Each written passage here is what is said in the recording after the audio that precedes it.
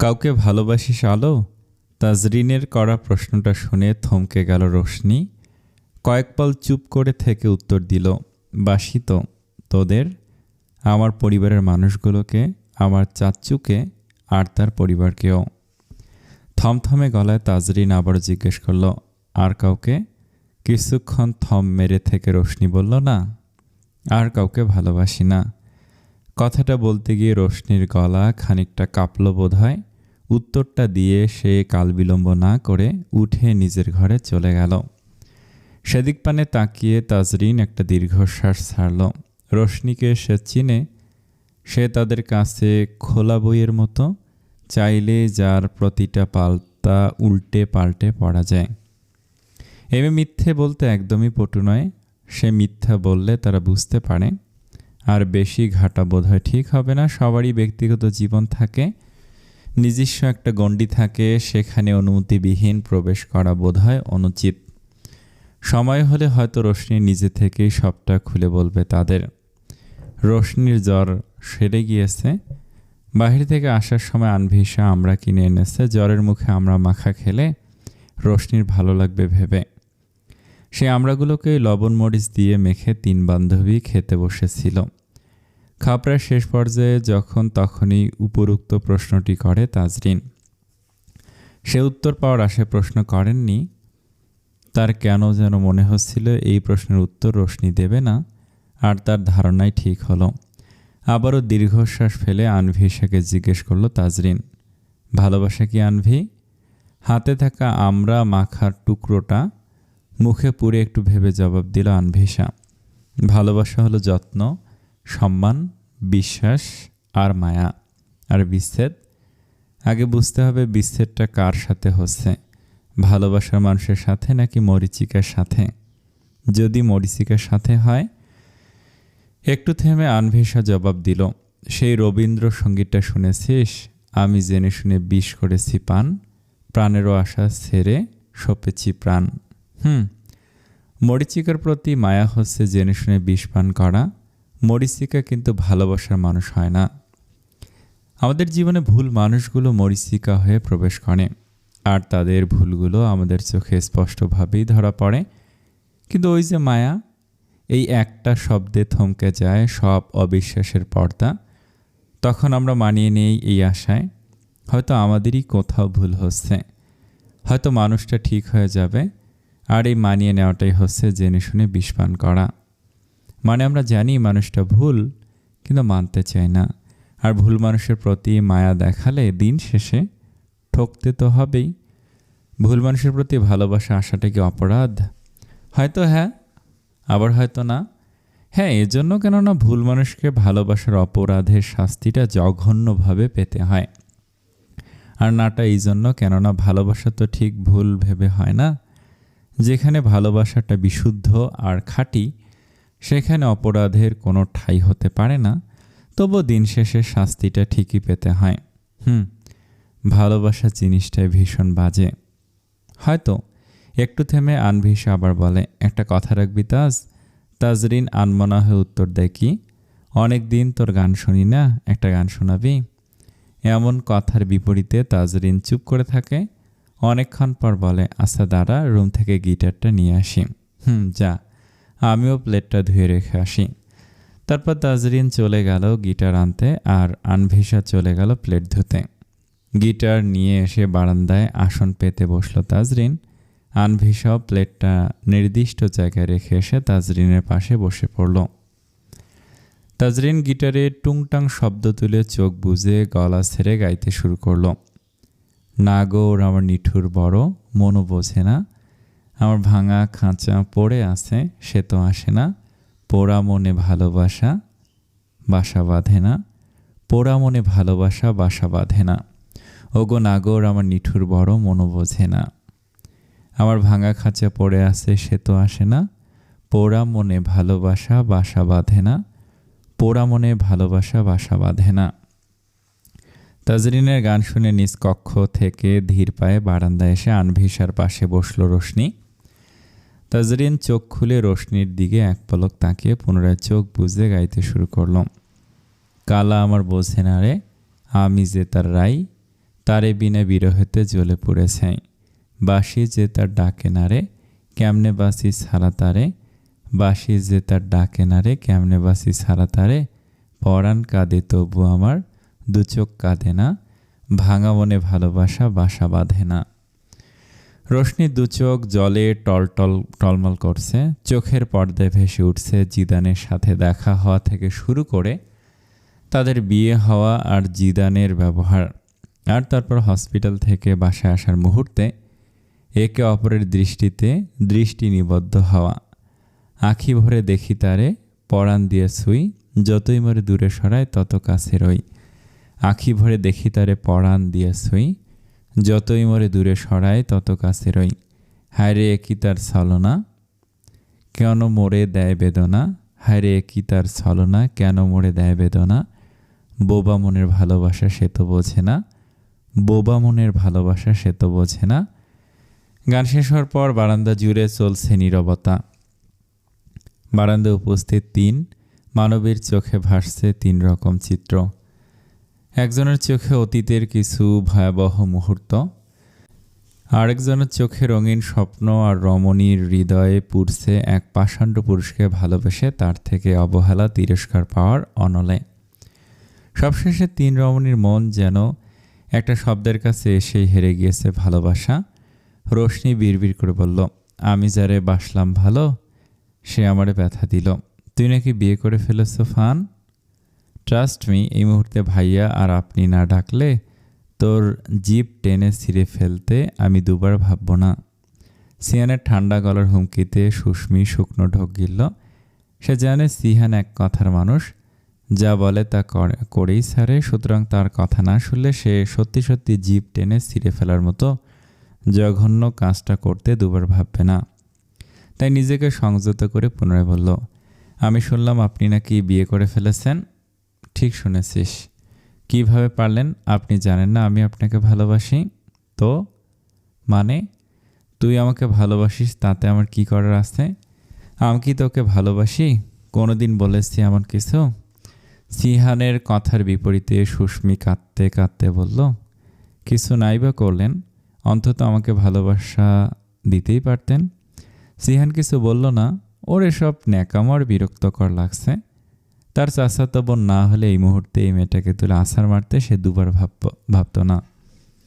আমি ভালোবেসে কি ভুল করেছি? ভুল নয়, পাপ করেছিস।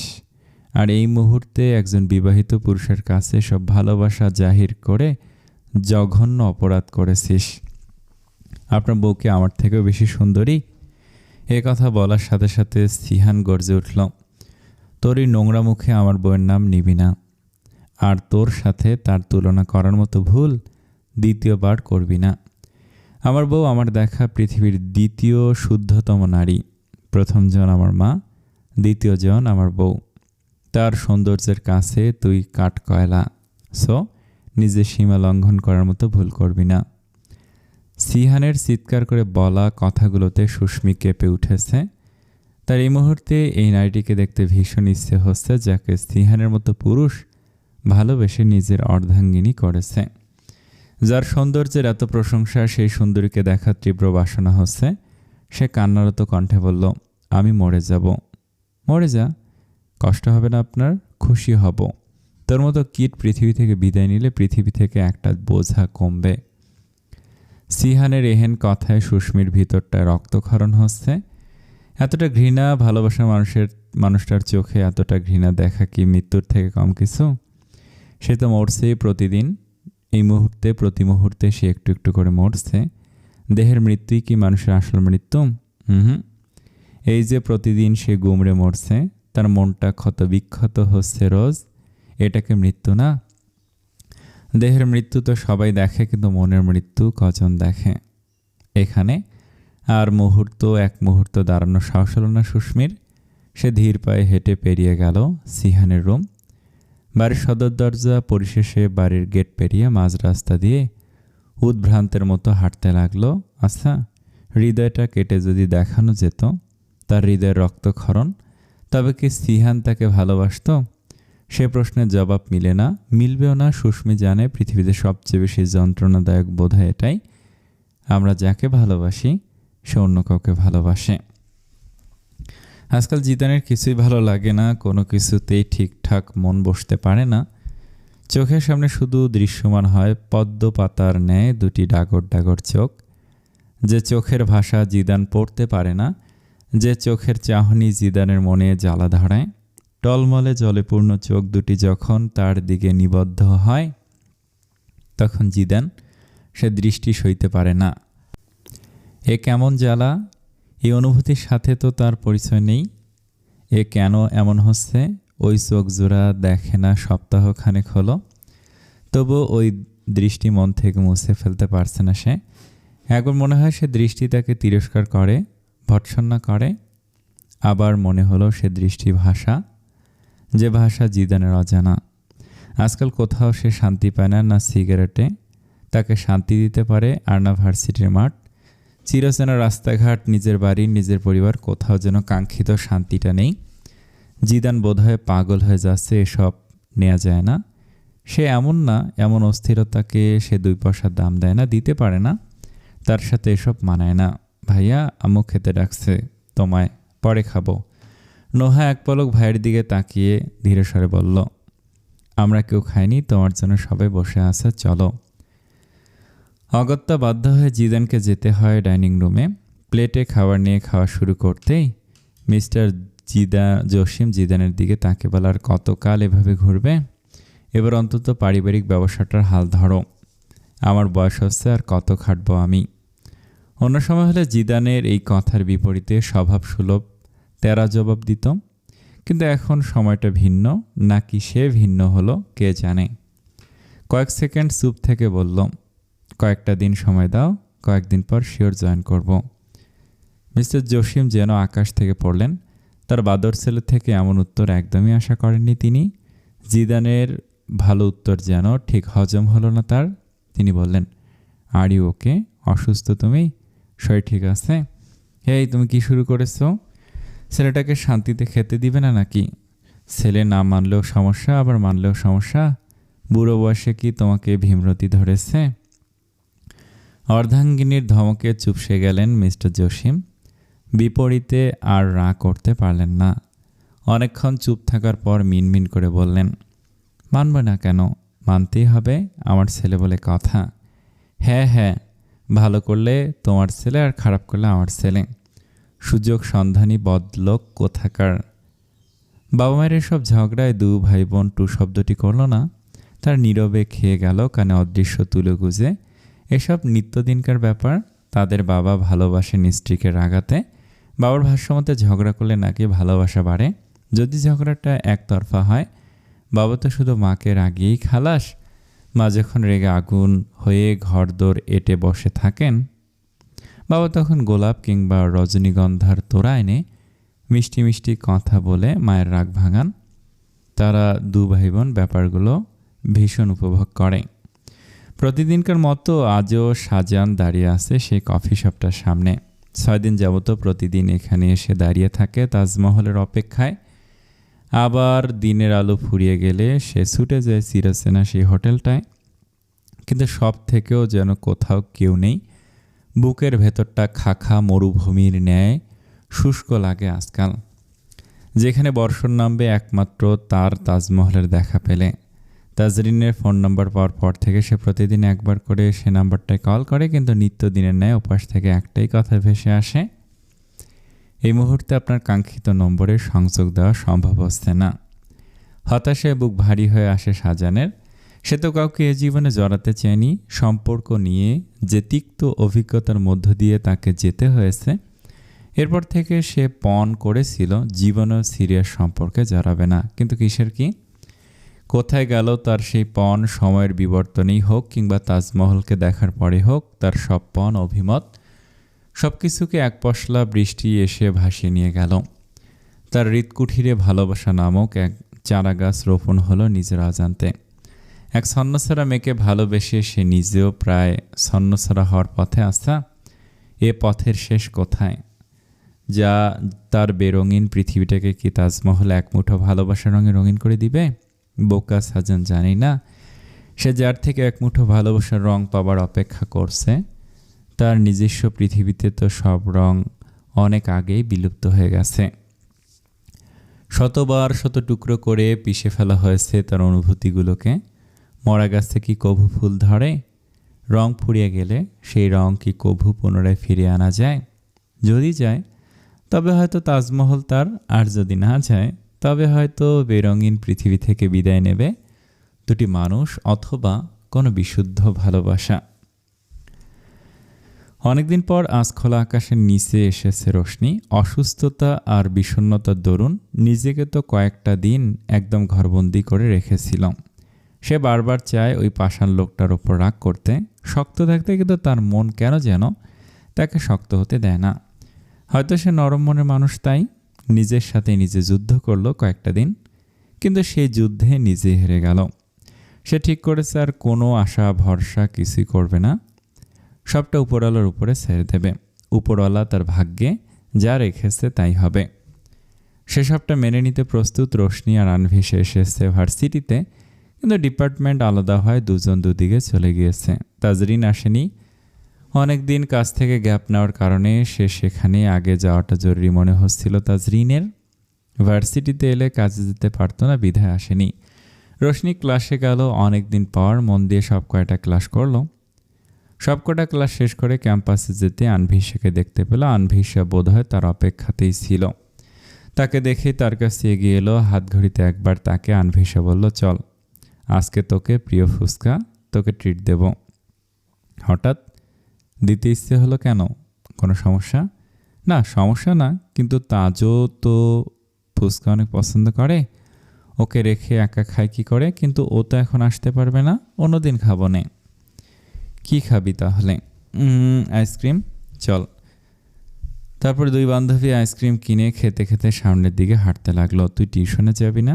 হ্যাঁ, এখনই যাব, তোকে রিক্সায় তুলে দিয়ে নেই। এমন কথার বিপরীতে রোশনি মুখ খুলে বলল, আমি বাচ্চা না। আনভিশে হেসে এক হাতে রোশনির নাকের ডগায় আসা চশমাটা ঠিক করে দিয়ে বলল, বাচ্চার থেকেও কম কিছু না। পরক্ষণেই আবার কিছু মনে পড়ার ভঙ্গিতে আনভিশা বলল, ভালো কথা, তোর জন্য আমি একটা জিনিস কিনেছিলাম, দিতে মনে নেই? 2 দিন যাবত আমার ব্যাগে পড়ে আছে। রোশনি উৎসুক হয়ে জিজ্ঞেস করলো, কি কিনেছিলি? দাঁড়া, বলে আনভিশা ব্যাগ হাতড়িয়ে র্যাপিং পেপারে মোড়ানো কিছু একটা বের করে রোশনির হাতে দিল। জিনিসটা হাতের কাছে নিয়ে রোশনি জিজ্ঞেস করলো, এটা কি? খুলে দেখ না। আনভিশার কথা মতো রোশনি প্যাকেটটা খুলল। প্যাকেটের ভিতরে সুন্দর কারুকার্য খচিত নীলমলাটের একটা ডায়েরি, সেটাতে আবার রোশনির নাম খোদাই করে লেখা। ভীষণ ভীষণ সুন্দর ডায়েরিটা, ধন্যবাদ দিব না, তোদের দুটোকে দেওয়ার মতো কিছুই নেই আমার কাছে। আনভিশা এক হাতে রোশনিকে জড়িয়ে ধরে বলল, কিছু লাগবে না, তুই ভালো থাক, ভালো থাকতে শিখ, এটাই আমাদের বড় পাওনা। একদম মন খারাপ করে থাকবি না। যখন ভীষণ মন খারাপ হবে, সেই মন খারাপের কথা আমাদেরও বলতে পারবি না, গলায় এসে কথাগুলো দলা পাকিয়ে যাবে। তখন তুই নিজের মনের কথা এখানে লিখে রাখবি। ডায়েরি কিন্তু মানুষের সবচেয়ে ঘনিষ্ঠ বন্ধু, কিন্তু তাও যদি তোর মনে হয় তা হাত কাঁপছে, ডায়েরিতেও কিছু লেখা যাচ্ছে না, তখন বাইরে বের হবি, প্রকৃতির সান্নিধ্যে যাবি, খোলামেলা শুনশান রাস্তায় গিয়ে চিৎকার করে নিজের মনের কথা আকাশের ঠিকানা পাঠিয়ে দিবি, বুঝেছিস?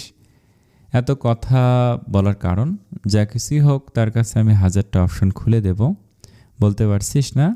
লিখবি। লিখতে পারছিস না? প্রকৃতির সান্নিধ্যে যাবি, সেখানেও গিয়েও মন ভালো হচ্ছে না, আকাশের ঠিকানায় কথা পাঠাবি। তা করতেও যখন দ্বিধা হবে, আমার কাছে জিজ্ঞেস করতে পারিস আর কি কি করা যায়। দুজন মিলে খুব ভেবে কিছু একটা উপায় বের করলো, কিন্তু 1000টা অপশন খুলে দিলেও তোর জন্য আমি একটা অপশন লক করে দিলাম। এই মিষ্টি মুখটা আমি যেন খারাপের ছোঁয়া যেন দেখতে না পাই আর কখনো না। মন খারাপ? তোর জন্য আমি আনভিশা লক করলাম সারা জীবনের জন্য।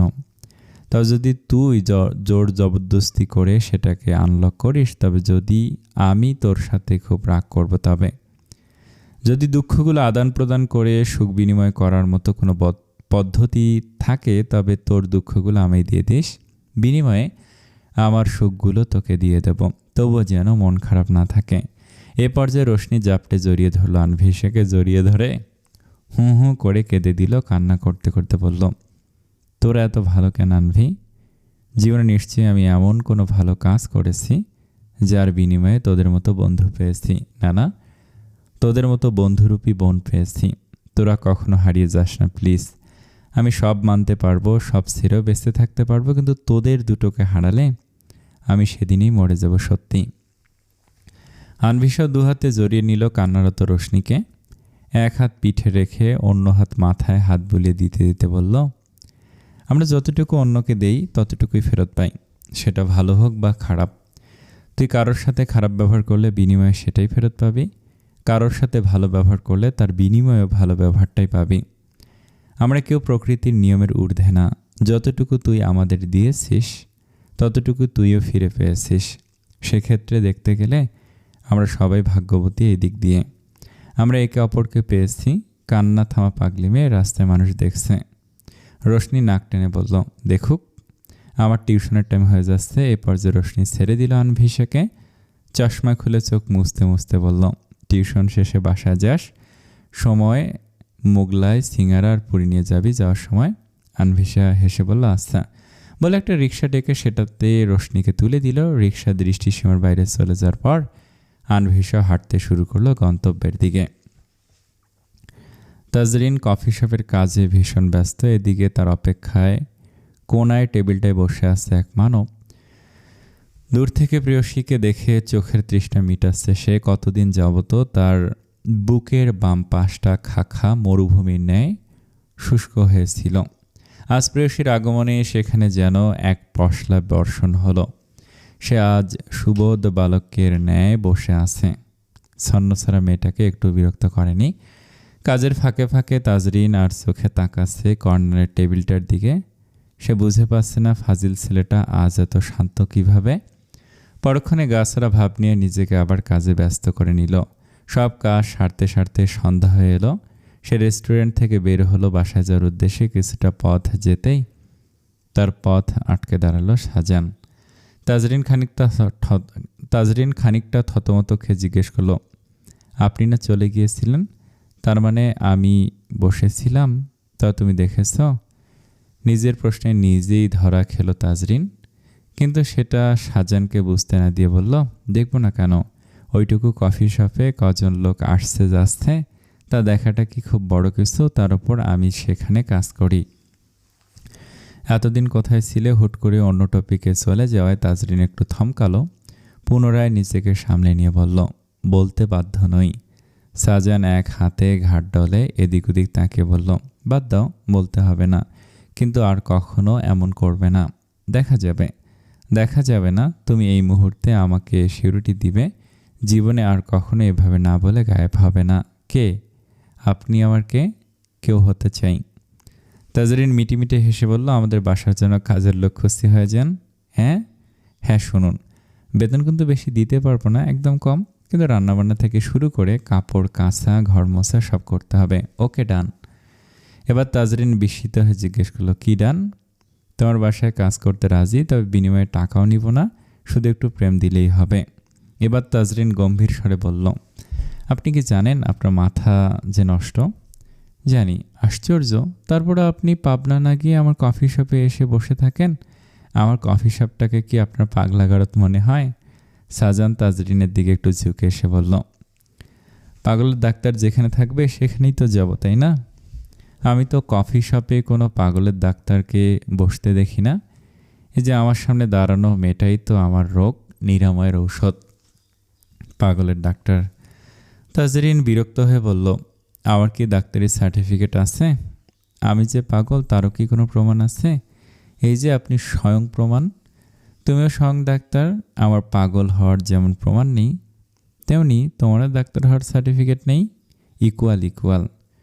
তাজরিন জোরে শ্বাস ফেলে বলল, আপনি শুধু পাগল না, আপনি হচ্ছেন বদ্ধ উন্মাদ। তুমিও শুধু ডাক্তার না, তুমি আমার রোগ নিরাময়ের একমাত্র ঔষধ। তাজরিন আর কিছু না বলে গটগটিয়ে সামনের দিকে হাঁটা শুরু করলো। সাজানো পিছু নিল তার।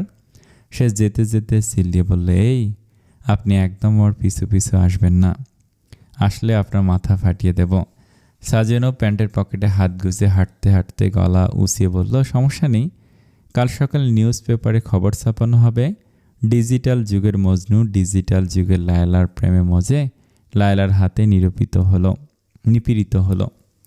তাজরিন থেমে হনহনিয়ে সাজানের নিকট এগিয়ে এসে সাজানের কলার মুষ্টিবদ্ধ করে টান দিয়ে আঙুল উঁচিয়ে শাসনের ভঙ্গিতে বলল, আমি মেয়েটা একদম ভালো নেই, লাস্ট বারের মতো সতর্ক করছি, আমার পিছু ছাড়ুন, নইলে ভীষণভাবে পস্তাবেন। সাজান বুকের বাম পাশে হাত দিয়ে বলল, আয় হায় তেরে প্যার মে মেরি জান ভি কুরবান। তাজরিন যে আঙুল দিয়ে শাসাচ্ছিল সাজানকে, সেই হাতে মুষ্টিবদ্ধ করে ঘুষি দিতে উদ্যত হলো।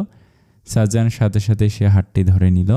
অন্য হাত দিয়ে কলার থেকে তাজরিনের হাতটা সরিয়ে সেই হাত পিছনে মুড়ে ধরে তাকে বুকের সাথে মিশিয়ে ফিস করে বলল।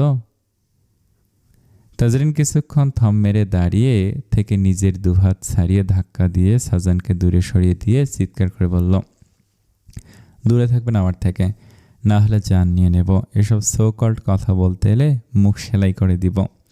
বলে তাজরিন রিক্সা খুঁজল, কিন্তু কোনো রিক্সার টিকিটাও পেল না। অগত্যা বাধ্য হয়ে হনহনিয়ে সামনের দিকে হাঁটা ধরল। সেদিকে তাকে সাজান মুচকি হেসে বলল, দূরে থাকা অসম্ভব, আর সো কল্ড কথা তো আরও বেশি করে বলবো। আনভিশা শেষ টিউশনিটা করিয়ে বের হয়ে কিছু দূর হাঁটতে দেখতে পেল সিহান দাঁড়ানো। সিহানকে দেখে আনভিশা তার দিকে গিয়ে অবাক হয়ে জিজ্ঞেস করলো, আপনি এখানে? বিবিজনের জন্য এলাম। আনভিশা হেসে দিয়ে বলল, আচ্ছা, কিন্তু আজ তো কোথাও যেতে পারবো না, বাসায় ফিরতে হবে। আজ কোথাও যেতেও হবে না, যেটুকু পথ বাসায় যাবেন ততটুকু অবধি আমি যাচ্ছি। আচ্ছা।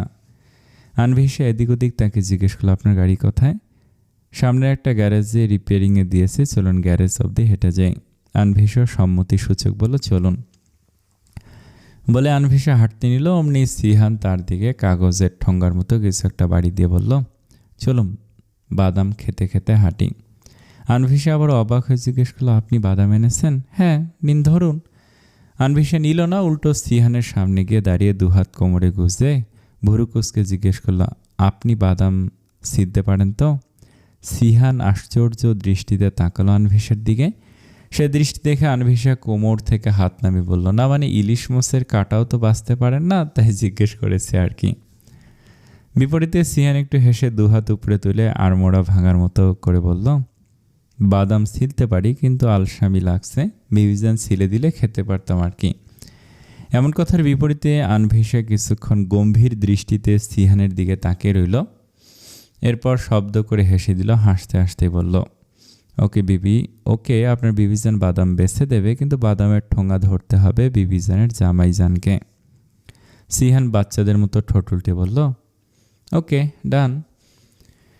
এরপর বাকিটা পথ তারা পাড়ি দিল বাদাম খেতে খেতে আর নানা গল্পগুজব করতে করতে। ভর সন্ধ্যার নরম আলোতে ল্যাম্পপোস্টের নিচ দিয়ে হেঁটে যাচ্ছিল দুজন। একজন শুভ্র পাঞ্জাবি পরা পুরুষ, হাতে বাদামের ঠোঙা, আর পাশে হাঁটছে থ্রি পিস পরা নারী, কাঁধে ব্যাগ ঝোলানো। ঠোঙা থেকে বাদাম নিয়ে নারীটি পুরুষের হাতে দিচ্ছিল, আবার নিজেও মুখে ভরে খাচ্ছিল। ল্যাম্পপোস্টের হলদেটে আলোতে এই সাধারণ কপতিকে কি ভীষণ সুন্দর লাগছে। তাদের মধ্যে কোনো অতিরঞ্জন ব্যাপার নেই, তবু মুখ জুড়ে উচ্ছলতা আর হাসি দেখে নির্দ্বিধায় বলা যায় সাধারণতার মধ্যেও তারা অসাধারণ এক যুগল।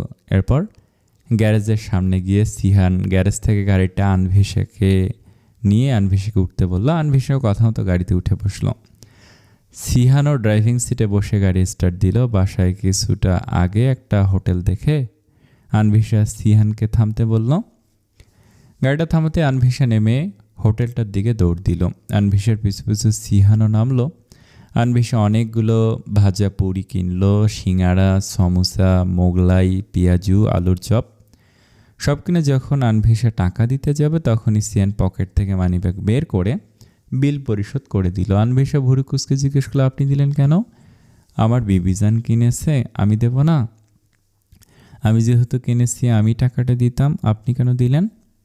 আমার আপনার বলে কিছু হয় না বিবিজান, বলবেন আমাদের। ওকে, আপনার বরের টাকা তো আপনারই, সে দেয়া মানে আপনি দেয়া, কিন্তু তাও আর কথা না, তাড়াতাড়ি চলুন, আমার একটা মিটিং আছে, আপনাকে পৌঁছে দিয়ে সেখানে যাব। বলে এই সিহান গাড়ির দিকে চলে গেল আর আনভিশা সেদিকে কিছুক্ষণ তাকিয়ে থেকে নিজেও গেল পিছু পিছু। গাড়িতে বসে আনভিসা ভাজা পোড়ার প্যাকেট থেকে একটা সিঙ্গারা বের করে সিহানের দিকে বাড়িয়ে দিল। সিহান ড্রাইভ করতে করতে জিজ্ঞেস করলো, কি? নিন, সিঙ্গারা খান। আপনাকে রেখে খেলে আমার পেট ব্যথা করবে। সিহান সামনের দিকে দৃষ্টি রেখে বলল, আমি এখন কিছু খাবো না বেবিজান। আনভিসা মুখ ফুলিয়ে বলল, একটু খেলে কি হয়? এমনভাবে কথাটা বলল আনভিসা যে সিহান ফেলতে পারল না। বলল, কিন্তু খাবো কি করে? দুহাত ব্যস্ত, ড্রাইভ করছি তো। এটা কোনো সমস্যা হলো? আমি খাইয়ে দিচ্ছি বলে আনভিসা সিহানের দিকে এগিয়ে সিঙ্গারাটা সিহানের মুখের কাছে ধরল। বিপরীতে সিহানও মিষ্টি একটা হাসি ফেরত দিয়ে সিঙ্গারাটায় কামড় বসালো। খেতে খেতে সিহান বলল, আমি খাচ্ছি, আপনি দেখছেন? এখন তো আমার পেট ব্যথা করবে বিবিজান। আমি বাসায় গিয়ে তাজ আর আলোর সাথে খাবো। তা না হয় খেলেন, এখন একটু খান। না না, ওদের সাথেই খাবো। আমার পেট ব্যথা করবে না। সিহান মুখটাকে গম্ভীর করে বলল, নিয়ে যান, আমি আর খাবো না। এটা শেষ তো করুন। থমথমে কণ্ঠে সিহান জবাব দিল, না আচ্ছা, আমিও খাচ্ছি বলে আনভিসা সিহানের আধা খাওয়া সিঙ্গারটা একটু খেয়ে আবার সেটা সিহানের দিকে বাড়িয়ে দিল। সিহান মুস্কি হাসি দিয়ে এবার পুরো সিঙ্গারাটা শেষ করল। রোশনি তাড়াহুড়ো করে হাঁটছে। আজ বেশ দেরি হয়ে গিয়েছে ভার্সিটিতে আসতে। এতক্ষণে হয়তো ক্লাসও শুরু হয়ে গিয়েছে। প্রথমে সে দেরি করে ঘুম থেকে উঠল, তারপর রিক্সা নিয়ে বিড়ম্বনার শেষমেশ যাও একটা রিক্সা পেল। ভার্সিটিতে আসার আগে রাস্তার মোড়ে নামিয়ে দিল। ভার্সিটির ওদিকে নাকি কিসের ঝামেলা হচ্ছে, তাই উনি আর সেদিকে যেতে পারবেন না। অগত্যা বাধ্য হয়ে রোশনিকে পায়ে হেঁটেই যেতে হচ্ছে ভার্সিটি পর্যন্ত। কিন্তু ভার্সিটি এরিয়াতে ঢুকতে রোশনির চোখ চরক গাছ। ঝামেলাটাকে সে যতটা ছোটোখাটো ব্যাপার হিসেবে ধরেছিল, সেটা ততটাও ছোট না, বরং বিশাল বড় রকমের ঝামেলা লেগেছে। দুই পক্ষের মধ্যে পাল্টা ধাওয়া হচ্ছে, আর সাথে ইট পাটকেল ছোড়াছুরি তো আছেই। খানিকক্ষণ পর এখানে বোধহয় খুনাখুনিও হয়ে যেতে পারে। এখান থেকে দেখা যাচ্ছে ভার্সিটির গেটে মস্ত বড় তালা ঝুলছে। অর্থাৎ সে বোকামি করে ফেলেছে। ঝামেলাটাকে ছোটোখাটো ব্যাপার হিসেবে না নিয়ে যদি রিক্সাওয়ালাকে জিজ্ঞেস করতো কী হয়েছে, কী নিয়ে ঝামেলা, তাহলেই তাকে আসতে হতো না। রিক্সাওয়ালা লোকটা সে এদিকে আসার সময় তাকে সতর্ক করেছিল, অনেক করে বলেছিল সে যাতে এদিকে না আসে। তবে রোশনি বোঝেনি বিষয়টা এত গুরুতর কিছু হবে। রোশনি এমনি প্রচণ্ড ভীতু মেয়ে যে সামান্য কুকুর দেখে ভয় পায়। সে যদি চোখের সামনে এমন মারামারি দেখে তবে সেন্সলেস হয়ে যাওয়ার কথা। তার ওপর আজ তাজরিন আনভিসাও আসেনি। এই পরিস্থিতিতে ভয় পেলে চলবে না ভেবে সে ভয়ে ভয়ে যেদিক দিয়ে এসেছিল সেদিক দিয়েই ফিরে যাওয়ার জন্য উদ্যত হলো। কিন্তু তার থেকে একটু দূরে একটা পরিচিত মুখ দেখে তার পা দুটো বরফের ন্যায় জমে গেল। দূরে জিদান দাঁড়িয়ে আছে, একটা আহত ছেলের হাত ধরে ছেলেটাকে কোনো সেফ জোনে নেওয়ার চেষ্টা করছে বোধ হয়। রোশনি আর কিছু ভাবার অবকাশ পেল না যখন দেখল রাস্তার অপর পাশে কালো কাপড়ে মুখ ঢাকা এক আগন্তুক জিদানের দিকে নিশানা করে মাঝারি সাইজের একটা ইটের টুকরো ছুঁড়ে দেওয়ার প্রস্তুতি নিচ্ছে। সেই মুহূর্তে রোশনির কি হলো কে জানে, ভীতু মেয়েটা হুট করেই প্রচণ্ড সাহসী হয়ে উঠল। যে খানিকক্ষণ আগেও ভয়ে ভয়ে স্থান ত্যাগ করার প্রস্তুতি নিচ্ছিল, সে এখন দিক বিদিক ভুলে সেই স্থানেই ছুটে যাচ্ছে। রোশনি যতটুকু সম্ভব জোরে দৌড়ে এলো জিদানের সামনে। ততক্ষণে লোকটা আধভাঙা ইটটা ছুঁড়ে মেরেছে জিদানের দিকে। রোশনি ধাক্কা দিয়ে জিদানকে সরিয়ে দিল, যার দরুন ওই আধভাঙা ইটের টুকরোটা এসে সোজা লাগলো রোশনির কপালে। সাথে সাথে কপাল কেটে সেই স্থান থেকে রক্ত ঝরতে শুরু করলো। রোশনি কপালে হাত দিয়ে জোরে শব্দ করে উঠল। এদিকে জিদান তার সাথে থাকা আহত ছেলেটাকে আরেকটা ছেলের হাতে ধরিয়ে দিয়ে শর্টকাট গলি দিয়ে মেন রোডের দিকে যেতে বলে পিছু ঘুরতে নিল। অমনি কেউ তাকে ধাক্কা দিল। হঠাৎ ধাক্কায় সে তাল সামলাতে না পেরে সামনের দিকে কিছুটা ঝুঁকে গেল। তখনই পরিচিত নারী কণ্ঠে ব্যথাতুর আর্তনাদ শুনে সে পিছু ঘুরে তাকালো। তাকাতেই তার হৃদস্পন্দন বেগতিক হারে বেড়ে গেল। সে রাস্তার ওপাশে তাকে দেখল এক আগন্তুককে পালিয়ে যেতে। সেদিকে ভ্রুক্ষেপ না করে সে তাড়াতাড়ি এগিয়ে গিয়ে রোশনির দুই বাহু ধরে জিজ্ঞেস করল, স্টুপিড, তুমি এখানে কেন? প্রশ্নটা করার পরেই তার চোখ গেল রোশনির ললাটে। পরক্ষণে তার মস্তিষ্কে খেলে গেল কিছু সমীকরণ। তাকে ধাক্কা দেওয়া, আগন্তুকের পালিয়ে যাওয়া, রোশনির কপাল থেকে রক্তিম ধারা বয়ে যাওয়া। পাশে তাকে দেখল মাঝারি সাইজের আধভাঙা ইটের টুকরো পড়ে আছে নিচে। ব্যাস যা বোঝার বুঝে গেল সে বোকা মেয়েটা তাকে রক্ষা করতে এসে নিজে আহত হলো। পিছনে শোরগোল শোনা যাচ্ছে, হয়তো এখানে আরও কোনো রণক্ষেত্রের সৃষ্টি হবে। জিদান আর কিছু না ভেবে রোশনির হাত ধরে দৌড় দিল। রোশনি কপালে এক হাত রেখে জিদানের দিকে অবাক চোখে তাকিয়ে সেও ছুটছে জিদানের সাথেই। সামনে তাকিয়ে পথ দেখার প্রয়োজন পড়ল না তার। সে জানে এই মুহূর্তে তার ডান হাতটা যার হাতের মুঠোয় বন্দি, সে যেখানেই নিয়ে যাক তার বিপদ হতে পারে এমন কোনো স্থানে নেবে না। দুজন ছুটতে ছুটতে হাঁপিয়ে গেল। একটা গলির ভিতর ঢুকে জিদান থামলো। সরু একটা গলি, একজন ভালোভাবে দাঁড়ালে আর একজন ঠিকভাবে দাঁড়াতে পারবে না এমন। রোশনিকে দেয়াল ঘেঁষে দাঁড় করালো জিদান। রোশনি চিকন হয়, দাঁড়াতে সমস্যা হলো তেমন, কিন্তু না হয়েও যেন একটু সমস্যা হলো। গলিটা অতিরিক্ত চিপা হওয়ার দরুন জিদানকে একদম রোশনির কাজ ঘেঁষে দাঁড়াতে হয়েছে। জিদান গলি থেকে মুখটা একটু বের করে বাইরের পরিবেশটা পর্যবেক্ষণ করছিল। রোশনি ব্যথার কথা ভুলে এই মুহূর্তে কৌতূহলে ডুবে গেল। তার জানতে ইচ্ছে করছে কেউ তাদের ছুটতে দেখে আবার পিছু নিল না তো, তাদেরকেও মারতে আসবে না তো আবার। এসব ভেবে রোশনি উকি দিয়ে জায়গাটা দেখার চেষ্টা করলো, কিন্তু জিদান সেই সুযোগ দিল না। এক হাতে রোশনির মাথাটা তার বুকের কাছে ধরে এনে চেপে সরে বলে, স্টপ, মরার শখ জেগেছে, খবরদার, মাথা বের করবে না। এখানে কেউ আমাদের দেখলে এই মুহূর্তে জান নিয়ে ফিরতে পারবে না। আর রোশনি সেসব কথার তোয়াক্কা না করে ফিস করে বলল, আমার মাথা থেকে হাত সরান। এমনভাবে চেপে ধরেছেন আমার চশমাটা ভেঙে যাবে এখনই। রোশনির এমন কথা শুনে জিদানের সাথে সাথেই তার হাতটা রোশনির মাথা থেকে সরিয়ে নিয়ে বলল, আসলে তুমি একটা স্টুপিড। ফের স্টুপিড সম্বোধন শুনে রোশনি মুখ ফুরালো। জিদান আবার বাইরে তাকাচ্ছে, ঝামেলা একটু কমলে এখান থেকে বের হতে হবে। রোশনি এক হাত দিয়ে নাকের ডগায় চলে আসা চশমাটা ঠিক করে জিদানের দিকে তাকালো। তখনই তার চোখ পড়লো জিদানের হাতের দিকে। ওখান থেকে হালকা রক্ত বের হচ্ছে, জায়গাটা বোধহয় কেটে গিয়েছে। সেটা দেখার সাথে সাথে রোশনি উদ্বিগ্ন হয়ে জিদানের হাতটা ধরে বলে, এই আপনার হাত দিয়ে রক্ত বের হচ্ছে, এতটা কাটলো কিভাবে? হুট করে কোমল দুটি হাতের স্পর্শ পেয়ে জিদান আর রোশনির দিকে ফিরে তাকালো। মেয়েটা তার কাটা হাতটা ধরে আছে। জিদান নিজের হাতটা টান দিয়ে সরিয়ে নিতে নিতে বলল, এতটা কোথায়, এইটুকুই তো কেটেছে। রোশনি আরও শক্ত করে ধরল হাতটা, শাসানোর ভঙ্গিতে বলল, একদম হাত সরাবেন না, কতটুকু কেটেছে দেখতেই পাচ্ছি। দাঁড়ান, আমার ব্যাগে বোধহয় ওয়ান টাইম ব্যান্ডেজ আছে। বলে সে হাতটা ছেড়ে দিয়ে ব্যাগ হাতড়িয়ে ওয়ান টাইম ব্যান্ডেজের প্যাকেটটা খুঁজতে লাগলো। জিদান অবাক হয়ে তাকিয়ে আছে রোশনির দিকে। মেয়েটা নিজেও ব্যথা পেয়েছে, তার থেকে বেশি কেটেছে মেয়েটার ললাট, অথচ নিজের ব্যথা ভুলে তার ব্যথা উপশম করার জন্য উদ্বিগ্ন হয়ে আছে মেয়েটা। ব্যাপারটা বোধহয় জিদানের পাথুরে হৃদয়ে একটু দাগ কাটল। কিছুক্ষণ পর রোশনি ওয়ান টাইম ব্যান্ডেজের প্যাকেটটা পেয়েও গেল। প্যাকেট থেকে একটা ব্যান্ডেজ বের করে যেমনি সেটা জিদানের হাতে লাগাতে যাবে, তখনই জিদান ছু মেরে ব্যান্ডেজটা তার হাত থেকে নিয়ে নিল। এই, আপনি এটা নিলেন কেন? আপনি এক হাতে লাগাতে পারবেন? জিদান কোনো জবাব দিল না। পকেট হাতে একটা শুভ্র রঙের রুমাল বের করে সেটা দিয়ে সুন্দর করে রোশনির ললাটে লেগে থাকা রক্তটুকু মুছে নিল। কাজটা শেষ হতেই পুনরায় রুমালটা পকেটে রেখে দিয়ে ব্যান্ডেজটা খুলে রোশনির কপালে লাগিয়ে দিতে দিতে বলল, তোমাকে এত পণ্ডিতি করতে কে বলেছে? আমি বলেছি? মেয়ে, তুমি নিজের ব্যথা ভুলে আমার ব্যথায় মলম লাগাতে এসে কি প্রমাণ করতে চাও? রোশনি এতক্ষণ অবাক হয়ে জিদানের দিকে তাকিয়েছিল। জিদান যখন ব্যান্ডেজটা লাগাচ্ছিল, আঘাতপ্রাপ্ত স্থানে ছোঁয়া লাগতেই রোশনি ব্যথাতুর আওয়াজ করে উঠল। এখন ব্যথাটা উপলব্ধি হচ্ছে, অথচ এতক্ষণে সে সত্যি ভুলে গিয়েছিল সেও যে ব্যথা পেয়েছে। রোশনিকে ব্যথাতুর আওয়াজ করতে দেখে জিদান এগিয়ে এসে কাটা জায়গাটায় ফু দিল। এরপর বলল, কিছু হবে না, এখান থেকে বের হয়ে ফার্মেসি থেকে ভালো করে ব্যান্ডেজ করিয়ে আনবো, ব্যথা কমে যাবে। এই প্রথম বোধহয় লোকটাকে কোমল গলায় কিছু বলতে শুনল রোশনি। সে অবাক নয়নে জিদানের দিকে তাকালো।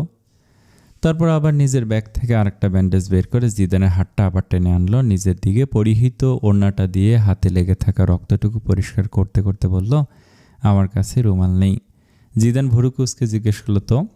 তাই ওড়নাতেই পরিষ্কার করছি। ওড়নাটা সুতির না, একটু ঘষা লাগবে হয়তো, তার জন্য সরি।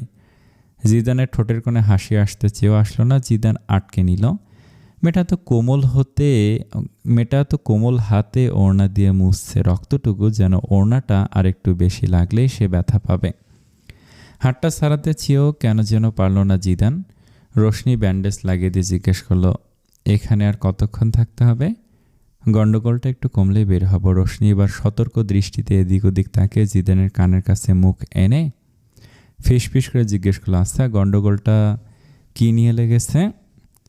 হুট করে রোশনির এত কাছে চলে আসায় জিদান ভড়কে গেল।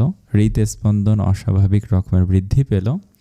সে কোনো রকম ঢোক গিলে বলল, তোমার জন্য কাজ কি স্টুপিড?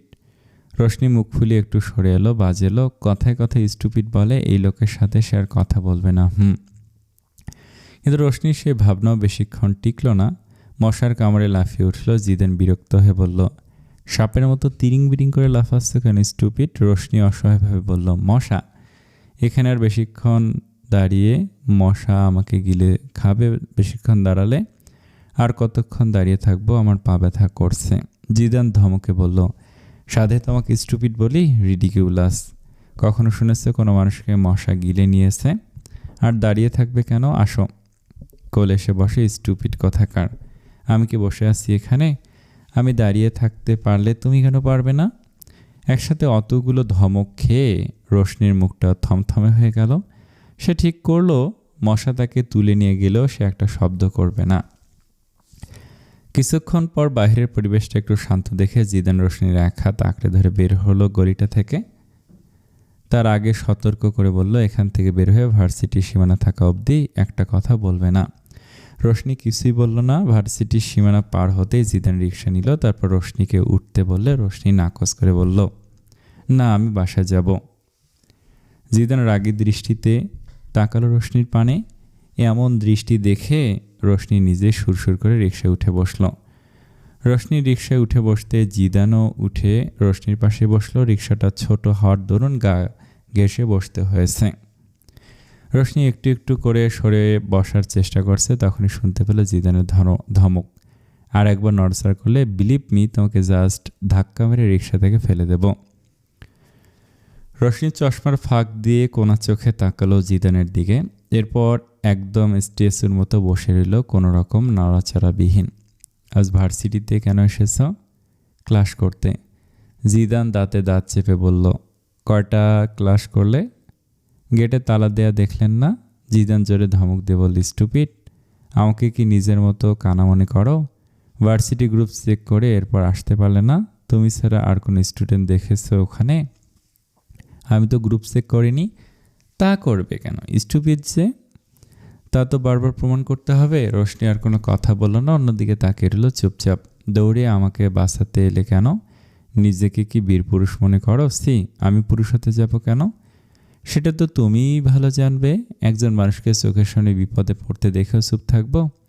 নিজে যে বিপদে পড়বে সেই ভাবনা আসেনি? মানে সিরিয়াসলি, যে কুকুর দেখে ভয় পায় সে মানুষের মারামারির ভিতর ঢুকে পড়ে নিজে আহত হলো। I can't believe that. Roshni আর কিছুই বলল না। কিছু বললে আরও দ্বিগুণ অপমানিত হতে হবে তার। বাঘেরও ছাল বদলানো যাবে, কিন্তু এই লোকের স্বভাব হয়তো জীবনও বদলাবে না। আনভিশা আয়নার সামনে দাঁড়িয়ে রেডি হচ্ছে। মূলত শাড়িতে গুছিয়ে কুঁচি দেওয়ার চেষ্টা চালাচ্ছে। তবে সে শাড়িটা একদম নতুন হওয়ার দরুন এটাকে সামলাতে একটু কষ্ট হয়ে যাচ্ছে। আজ যে সে সিহানের মা অর্থাৎ তার শাশুড়ির সাথে সাক্ষাৎ করতে যাবে। আনভিশার মা জননী ফোন করে বারবার নির্দেশ দিয়েছে যাতে শাড়ি পরিধান করেই শ্বশুরবাড়িতে যায়। যতই হোক নতুন বউ এই প্রথম শ্বশুরবাড়ি যাচ্ছে, শাড়ি ছাড়া গেলে ব্যাপারটা ভালো লাগবে না। এটাই আনভিশার মা জননীর মন্তব্য। আনভিশা আলমারি খুঁজে পেয়েছে মাত্র একটা শাড়ি, তাও রংচটা ভাঁজ পরা। এই ঢাকা শহরে পড়াশোনা, টিউশন, কাজ সব মিলিয়ে শাড়ি পরার সময় কই। বাড়ি থেকে আসার সময় শখ করে এটা এনেছিল সে, তবে ওভাবেই পরেছিল শাড়িটা আলমারির কোনায়। আনভিশা শাড়িটা নেড়ে চেড়ে দেখে বুঝেছিল এটা পরে যাওয়ার মতো অবস্থায় নেই। অগত্যা বাধ্য হয়ে রোশনিকে সাথে নিয়ে সে মার্কেট থেকে তার পরিধানকৃত শাড়িটা কিনে এনেছে। আনভিশা অবশেষে কুঁচিটা ভালোভাবে করতে সক্ষম হলো। রোশনি অথবা তাজরিন কেউই শাড়ি পরতে বা পরাতে পারে না। এদিক দিয়ে আনভিশা শাড়ি পরা আর পরানোটা ভালোই পারে। মায়ের কাছ থেকে শিখেছে সে। ছোটোবেলায় কত লুকিয়ে মায়ের আলমারি থেকে শাড়ি বের করে করে লুকিয়ে পড়তে এলোমেলোভাবে। একদিন মায়ের কাছে ধরা খেলো। সে তখন শাড়ি কোনো রকম পেঁচিয়েছে। মা বাইরে গিয়েছিল, এসে দেখেন তার মেয়ে শাড়ি সাপের মতো পেঁচিয়ে আয়নার সামনে দাঁড়িয়ে আঁচল নাড়াচ্ছে। তা দেখে আনভিসার মা জননী দু হাত একসাথে গুজে গম্ভীর মুখে মেয়ের দিকে তাকিয়েছিল। আনভিসা পিছু ফিরে যখন মাকে দেখল, তখন ধরা পড়া অপরাধীর মতো মাথা নিচু করে কাঁচুমাচু করে দাঁড়িয়েছিল। আনভিসার মা কিছুক্ষণ মেয়ের দিকে গম্ভীর মুখে তাকিয়ে খানিক পরে শব্দ করে হেসে দিয়েছিল। এরপর খুব সুন্দর করে তাকে শাড়িটা পরিয়ে দিয়েছিল আর শিখিয়ে দিয়েছিল কিভাবে শাড়ি পরতে হয়। এরপর যেদিনই ছুটির দিন পেত মা মেয়ে শাড়ি পরত। এইভাবেই সে শাড়ি পরাটা ভালো রপ্ত করেছে। এই শাড়িটা একদম নতুন হওয়ার দরুন একা একা কুঁচি দিতে একটু হ্যাপা পোহাতে হলো। আনভিসা মুচকি হেসে অতীত থেকে বেরিয়ে এলো। আবারও ভালো করে আয়নার পানে তাকালো। মাস্টার্ড ইয়েলো শেডের শাড়িতে মেরুন রঙের পাড় ও আঁচল, তার উপর সোনালি জরির কাজ।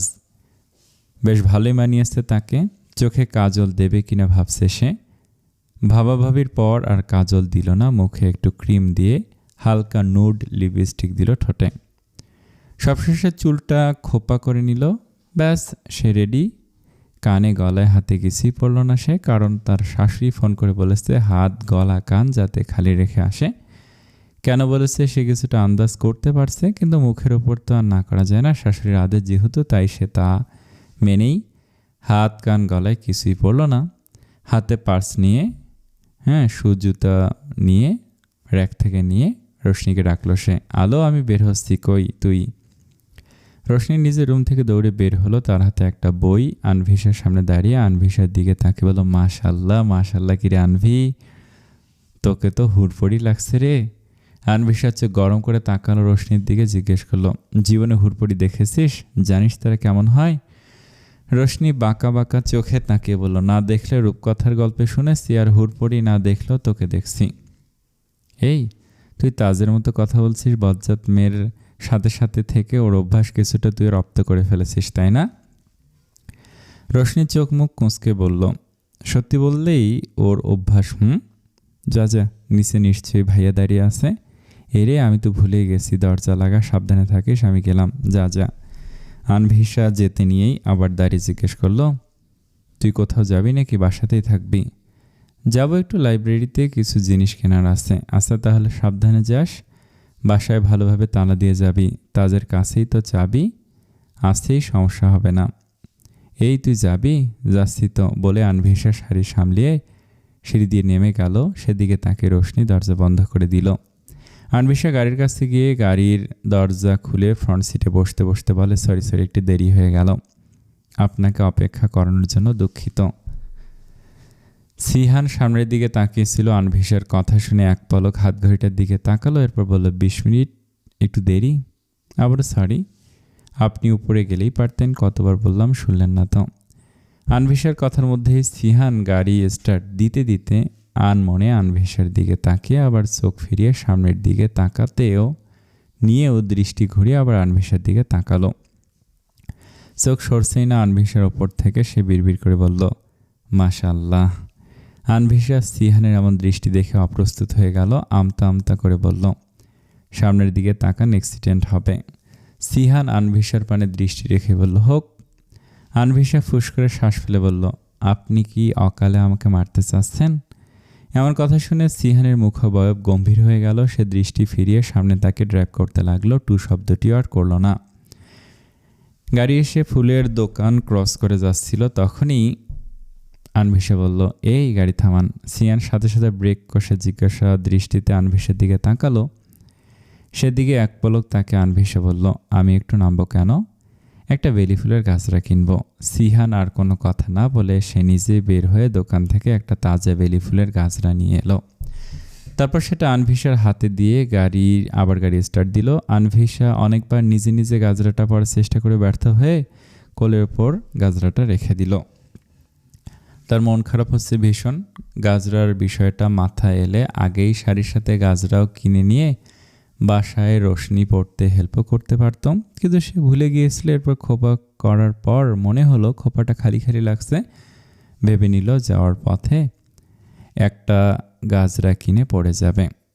কিন্তু কোথায় কি, সে তো এটা ঠিক মতো পড়তেই পারছে না। সিহান গাড়ি চালাতে চালাতে আর চোখে দেখছিল আনভিশার কাণ্ড। এরপর সে আবার গাড়িটা এক সাইড করে দাঁড় করালো। তারপর এগিয়ে গেল আনভিশার দিকে। সিহানকে নিজের দিকে আসতে দেখে আনভিশা জড়সড় হয়ে বসল। সিহান এসে তার কোলের ওপর থেকে বেলি ফুলের গাজরাটা হাতে নিয়ে তাকে বলল, ঘুরে বসুন। আনভিশাও সিহানের কথা মতো ঘুরে বসল। সিহান সুন্দর করে গাজরাটা আনভিশার খোপায় আটকে দিয়ে জিজ্ঞেস করলো, হেয়ার ক্লিপ আছে? আছে বলে পার্স থেকে 3টা কালো ক্লিপ বের করে সিহানের দিকে বাড়িয়ে দিল। ক্লিপগুলোর সাহায্যে গাজরাটা ভালোভাবে চুলের সাথে সেট করে সিহান সরে এসে পুনরায় গাড়ি স্টার্ট দিল। আনভিশা একবার পিছনে চুলের খোপায় হাত দিয়ে সিহানের দিকে তাকিয়ে মুচকে এসে বলল, ধন্যবাদ আপনাকে। বিপরীতে সিহানের থেকে কোনো উত্তর এলো না। মুখটা এখনও আগের ন্যায় গম্ভীর করে রেখেছে। বিয়ের পর থেকে যতবারই সিহানের সাথে দেখা হয়েছে, আনভিশার ততবারই সিহানকে হাসতে নয়তো উচ্ছ্বসিত মুখবয়বে দেখেছে সে, কিন্তু এই প্রথম বোধহয় এমন গম্ভীর মুখবয়বে দেখা। গাড়ি এসে গন্তব্যে থামতে সিহান নেমে গিয়ে আনভিশার পাশের দরজাটা খুলে গম্ভীর মুখে বলল, নেমে আসুন। আনভিশাও থতমত করে মুখ খুলল, না, আমি বাসায় যাব। এই কথা শুনে সিহান ভুরু কুঁচকে আনভিশার দিকে তাকে বলল, বাসাতেই তো এলাম। না, যেখান থেকে এসেছি সেখানে ফেরত যাব। আমি এখন টায়ার্ড, নিয়ে যেতে পারবো না। আনভিশা এবার নেমে গেটের দিকে যেতে যেতে বলল, আচ্ছা, আমি একাই যাচ্ছি। হুট করে আনভিশার এমন ব্যবহারের কারণ খুঁজে পাচ্ছে না সিহান। আনভিশা ততক্ষণে গেটের কাছে চলে গিয়েছে। সিহান দৌড়ে আনভিশার সামনে এসে তার হাত ধরে বলল, সমস্যা কি? যাচ্ছেন কেন? আমরা একই প্রশ্ন, আপনার সমস্যা কি? মানে মুখটাকে এমন প্যাঁচার মতো করে রেখেছেন কেন? আমি যে এখানে এলাম সেটা আপনার পছন্দ হচ্ছে না? সিহান গম্ভীর গলায় বলল, আপনি বেশি বোঝেন। তাহলে সঠিকটা বুঝান। আমার কোথাও ভুল হলে বলুন। আমার কোনো কথায় কষ্ট পেলে সোজা বলুন। আর দেরি হওয়ার জন্য তো সরি আমি বলেছি। কথা ভিতরে জমি রেখে মনে মনে মন কষাকষি খেয়ে মুখটাকে বাংলার পাঁচ বানিয়ে রাখার মানে কি? সিহান ঘাটটাকে এদিক সেদিক ঘুরিয়ে এক হাত দিয়ে ঘাড় ডলে বলল, আপনি মরার কথা বলবেন আর আমি দাঁত কেলিয়ে হাসব? আনভিশা এবার বুঝতে পারল মশের রাগটা কোথায় হয়েছে।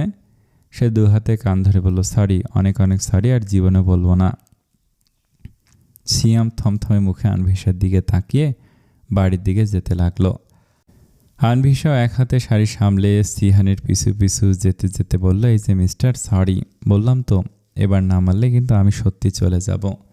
সিহান পিছু ঘুরে এসে আনভিশার এক হাত আঁকড়ে ধরে সামনে যেতে যেতে বলল, নেক্সট টাইম যদি মরার কথা বলেন, কখনো সত্যি বিবিজান আমি অন্তত 1 মাস আপনার সাথে কথা বলবো না, আর জীবনেও বলবো না, কসম। এবার সিহানের ঠোঁটের কোণে হাসির দেখা মিলল।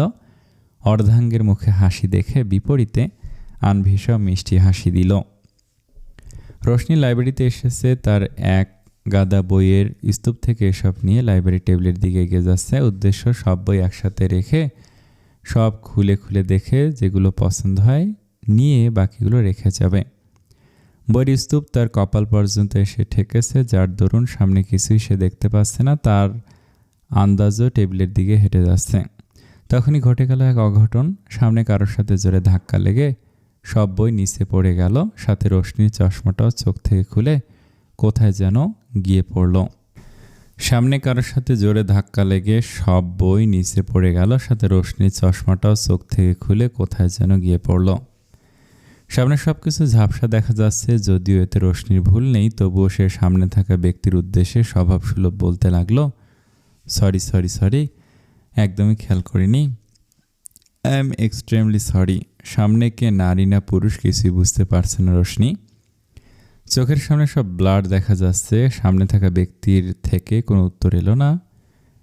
ব্যক্তিটির নিচ থেকে চশমাটা তুলে রোশনির চোখে পড়িয়ে দিতে দিতে ধমক দিয়ে বলল, তোমাকে আমি এমনি স্টুপিড বলি, যেখানে যাও অঘটন একটা ঘটাবেই। এই তুমি আমার সামনে আসবে না, আনবেরেবল গার্ল।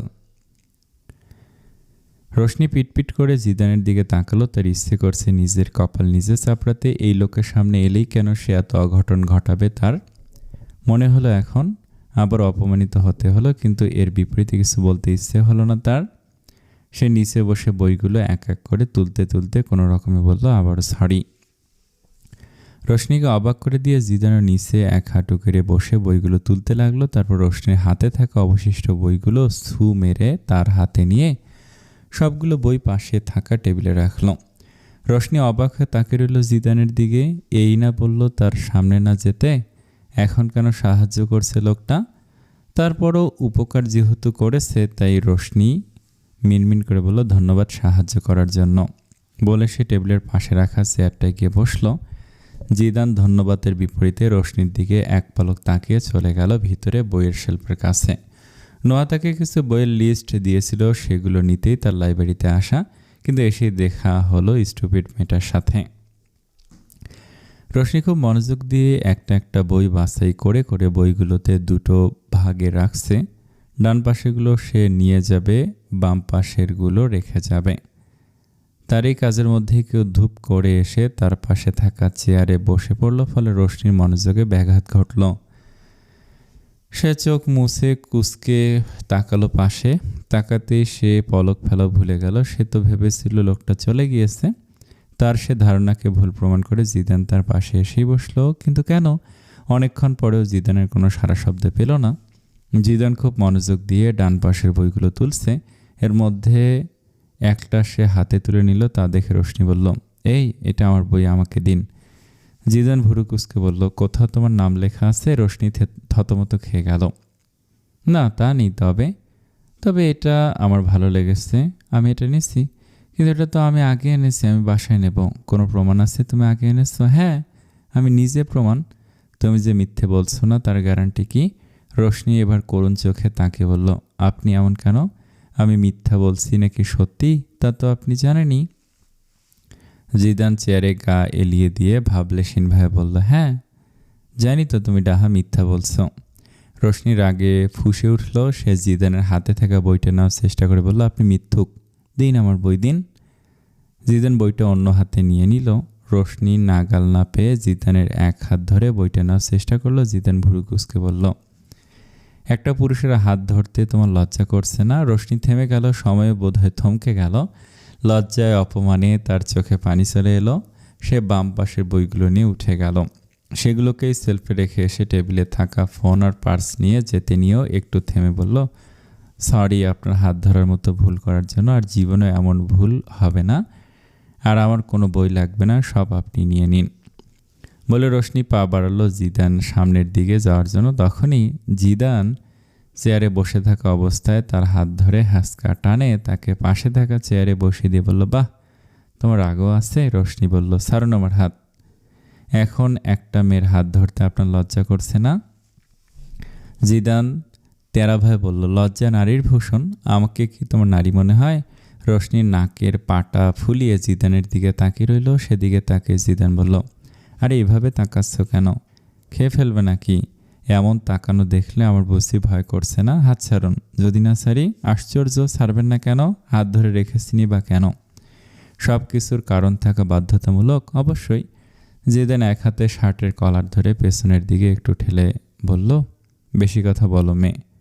আপনাকে আমার কথা শুনতে বলল কে? হাত ছাড়ুন। জিদান এবার চোখ গরম করে তাকালো রোশনির দিকে। এরপর হেসে বলল, আরেকবার হাত ছাড়ুন বললে এই হাত আমি কেটে নিয়ে যাব।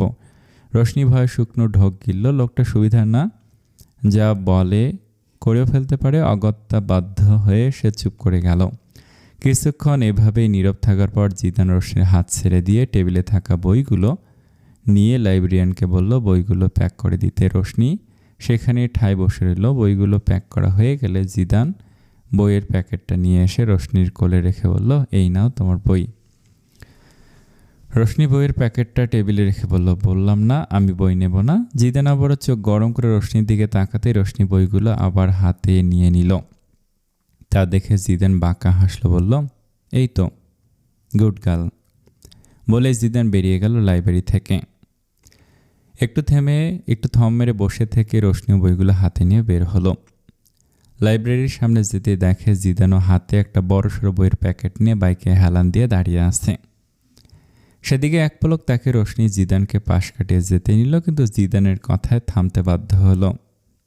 এই স্টুপিড দাঁড়াও। রোশনি এগিয়ে গিয়ে বলল, আপনি বারবার আমাকে স্টুপিড বলছেন কেন? জিদান ভুরু কুঁচকে বলল, আমি তোমাকে স্টুপিড বলেছি, কোনো প্রমাণ আছে? রোশনি কটমট দৃষ্টিতে জিদানের দিকে তাকিয়ে চলে যেতে নিল। এ পর্যায়ে জিদান আবার রোশনির হাত ধরে তাকে আটকে ফেলল। আজব, হাত ধরেছেন কেন আমার? আমি তোমাকে যেতে বলেছি, আপনি যেতে বলবেন কেন? তাহলে যাচ্ছ কেন? রোশনি দাঁতে দাঁত চেপে বলল, না যাব না, থেকে যাই। চলুন, আপনার বাড়ি চলুন, আপনার বাড়ি যাব। তুমি আমার কি, আমার প্রেমিকা? কেন আমার বাড়িতে নিয়ে যাব তোমাকে? রোশনির বলতে ইচ্ছে হলো, প্রেমিকা না হই বউ তো সেই অধিকারে অন্তত নিয়ে যেতেই পারেন, কিন্তু সেটা মনেই থেকে গেল, মুখের বলা হলো না। তাহলে আমাকে যেতে দিচ্ছেন না কেন? আটকে রেখেছি কোথায়? হাত ধরেছেন কেন? ইচ্ছে হয়েছে তাই? রোশনি এবার ইচ্ছে হচ্ছে জিদানের মাথা ফাটাতে। সে অত্যন্ত বিরক্ত ভঙ্গিতে বলল, ধুর, আপনি চাইছেনটা কি? তোমাকে কেন বলবো? রোশনির এবার কান্না পাচ্ছে। এই লোক কি শুরু করেছে? নিজে থেকে কিছু বলছে না। সে জিজ্ঞেস করলো, তেরা উত্তর দিচ্ছে। হাতে এতগুলো বই নিয়ে আর কতক্ষণ এভাবে দাঁড়িয়ে থাকা যায়? তার পা ব্যথা শুরু হয়েছে এখন। সে ফুস করে নিঃশ্বাস ফেলে অন্যদিকে তাকালো। এই লোকের সাথে কথা বলাই বেকার। জিদান এবার রোশনির হাত ছেড়ে দিয়ে মাথায় হেলমেট পরে রোশনির উদ্দেশ্যে বলল, বাইকে ওঠো। রোশনি অবাক হয়ে জিজ্ঞেস করলাম, স্টুপিড, তুমি কি কানে শুনতে পাও না? বাইকে উঠতে বললাম। আপনার বাইকে আমি উঠবো কেন? তার কৈফিয়ত তোমাকে দিব কেন?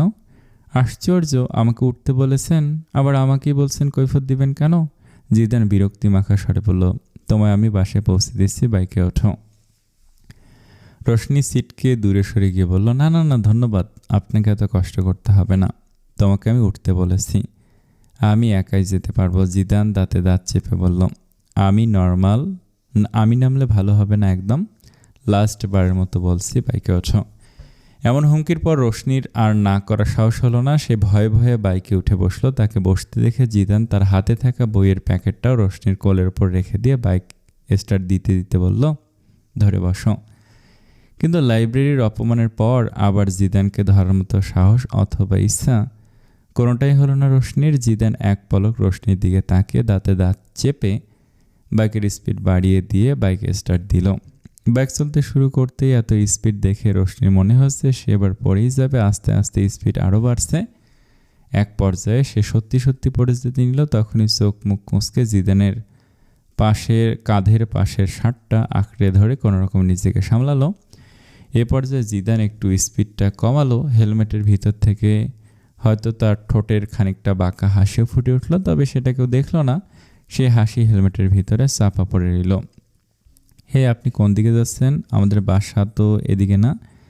জিদান সামনে তাকিয়েই বলল, আমার মুড চেঞ্জ হয়ে গিয়েছে, আমি এখন বাসায় যাব না। তাহলে আমাকে নামিয়ে দিয়ে আপনি যেখানে খুশি যান। আমি কি তোমার ড্রাইভার? আমি তো বাসায় যাব। তো মানে আমাকে নামিয়ে দিয়ে আসবেন না? সাথে সাথে জিদান বাইকে ব্রেক কষল। পিছু না ফিরে গম্ভীর গলায় বলল, নামো। রোশনি আশেপাশে তাকিয়ে দেখে এটা একদম মেইন রোড। এখানে নেমে সে কোন দিকে যাবে, কই যাবে বুঝতে পারল না। তাই প্রশ্ন করলো, কেন? এখানে নেমে যাব কোথায়? জিদান গা ছাড়া ভাবে বলল, আমি কি জানি। রোশনি কাঁদো কাঁদো মুখ করে বলল, এমন করছেন কেন? আমি তো এই রোডে আসতে চাইনি, এনে আবার এই মাঝ রাস্তায় নামিয়ে দিচ্ছেন, এই মেন রোডে। আমার জন্য তো কোনো গাড়িও দাঁড়াবে না। তাহলে মুখটা অফ করে বসে থাকো, কিন্তু বাসা নেমে যাও। রোশনি আর একটা কথা বলল না, চুপচাপ পাথরের মতো শক্ত হয়ে বসেই রইল। জিদান কিছুক্ষণ বসে থেকে আবার গাড়ি স্টার্ট দিল। একটি দ্রুত বেগে ছুটে আসা বাইক প্রবেশ করলো পুরান ঢাকার নাজিমুদ্দিন রোডে। নাজিমুদ্দিন রোডে প্রবেশ করার পরপরই বাইকের গতি কমে এলো। রোশনি নাকের ওপর বসে পড়া চশমাটা ঠিক করে অবাক হয়ে তাকিয়ে আছে চারিপাশে। ঢাকা থাকলেও পুরান ঢাকায় তার আসা হয়নি, এই প্রথম এলো। নাম শুনেছে বহুবার, এখানকার ইতিহাস ঐতিহ্য নিয়েই শুনেছিল কিছু কথা, তবে আসা হয়ে ওঠেনি। পুরান ঢাকার ব্যস্ত রাস্তা, চারদিকে গাড়ির হর্ন, মানুষের কোলাহল, বেশ রমরমা হয়ে আছে নাজিমুদ্দিন রোডটা। রাস্তার দুই পাশে পুরনো ধাঁচের ভবনগুলোর নিচতলায় দোকান হলেও রোশনি আন্দাজ করতে পারছে উপরে সম্ভবত বাসা বাড়ি। পুরনো ভবনগুলো পুরান ঢাকার সংস্কৃতি ও ঐতিহ্য বহন করছে। এই মেয়ে বাকরখানি খেয়েছো কখনো? রোশনির ধ্যান ভাঙল। জিদানের প্রশ্নে সে উত্তর দিল, না, নাম শুনেছি, তবে কখনো খাওয়া হয়নি। জীবনে করছোটা কি? এই জীবন রেখে তোমার লাভটাই কি হলো? আজব, বাকরখানি খাইনি বলে মরে যাব? যাওয়াই উচিত। বলেই জিদান বাইকটা নিয়ে থামালো নাজিমুদ্দিন রোডের বিখ্যাত বাকরখানির দোকানটায়। রোশনি মাথা উঁচু করে দেখে দোকানের ওপর লেখা, নাসু ফারুকের সেরা বাকরখানি। এমন নাম দেখে রোশনির কেমন লাগলো? এটা আবার কীরকম নাম সে বুঝতে পেল না। জিদান বাইক থেকে নেমে রোশনির হাত থেকে সবগুলো বই নিয়ে নিল। এরপর দোকানের সামনে গিয়ে দাঁড়ালো। রোশনিও দৌড়ে জিদানের পিছু পিছু গেল। জিদান পিছু ফিরে রোশনিকে জিজ্ঞেস করলো, এই দোকানে 7 ধরনের বাকরখানি পাওয়া যায়, কোনটা খাবে? কি কি বাকরখানি পাওয়া যায়? মিষ্টি, নোনতা, পনির, ঘি, নাস্তা, মিষ্টি ঘি আর ঝাল বাকরখানি। ঝালটা খাবো। ওকে। জিদান 2 পিস ঝাল বাকরখানি নিল রোশনির জন্য, আর নিজের জন্য নিল নোনতা বাকরখানি। নোনতা বাকরখানির নাম শুনে রোশনি চোখ মুখ কুঁচকে ফেলল। এই তেরা লোকের তিতার বদলে নোনতা জিনিস পছন্দ নাকি? রোশনি এভাবে তাকাতে দেখে জিদান বলল, এভাবে কি দেখছো? তুমি ঝাল বাকরখানি খেতে চেয়েছ? সময় আমি কিছু বলেছি তোমায়? তুমি জানো পুরান ঢাকার ফেমাস নোনতা বাকরখানি? এখানকার লোকেরা নোনতা বাকরখানি চায়ে ডুবিয়ে খেতে অনেক পছন্দ করে। তুমি নিজে একবার খেলে ফ্যান হয়ে যাবে এটার। রোশনি গোমড়া মুখ করে বলল, তাহলে আমার জন্য ঝালটা নিলেন কেন? আমি নিয়েছি স্টুপিড। তোমাকে আমি জিজ্ঞেস করেছি আর তুমি নিজে এটা খেতে চেয়েছো, আমি কি জানি কোনটা বেশি ভালো? আমি তো আগে আপনাকে বলেছিলাম বাকরখানি আমি খাইনি। তো এতে আমি কি করতে পারি? এবার ঝালটাই খাও। রোশনি আর কিছু না বলে এদিক ওদিক দেখতে লাগলো। পুরান ঢাকার ঐতিহ্যের অন্যতম অনুষঙ্গ বাকরখানি। বিভিন্ন দোকানের সামনে কাঁচের বক্সে রাখা গোল গোল বাকরখানি ছাড়া পুরান ঢাকার মানুষের বিকেলের নাস্তা অসম্পূর্ণ রয়ে যায়। এখানে 2 ধরনের বাকরখানি বেশি চোখে পড়ে, একটি নোনতা, অপরটি মিষ্টি বাকরখানি। বাকরখানি স্থানীয়ভাবে অনেকের কাছে পরিচিত শুকা, নিম শুকা রুটি নামে। পাতলা করে রুটি বেলে তন্দুরের ভেতর সেঁকে একটার পর একটা লোহার শিক দিয়ে রুটিগুলো তুলে নেওয়া হয়। রোশনি দেখল এই দোকানে যত লোক আসছে সবাই নোনতা বাকরখানি বেশি নিচ্ছে। এটা দেখে ওর মন খারাপ হয়ে গেল। না জেনে ভুল খাবারের কথা বলে ফেলে বোধহয় সে পুরান ঢাকাবাসীর প্রিয় বাকরখানিটাই মিস করলো। জিদান রোশনির পাশে দাঁড়িয়ে ফোন স্ক্রল করতে করতে বলল, এত মন খারাপ করার কিছু নেই, ঝাল বাকরখানিটাও অনেক মজা।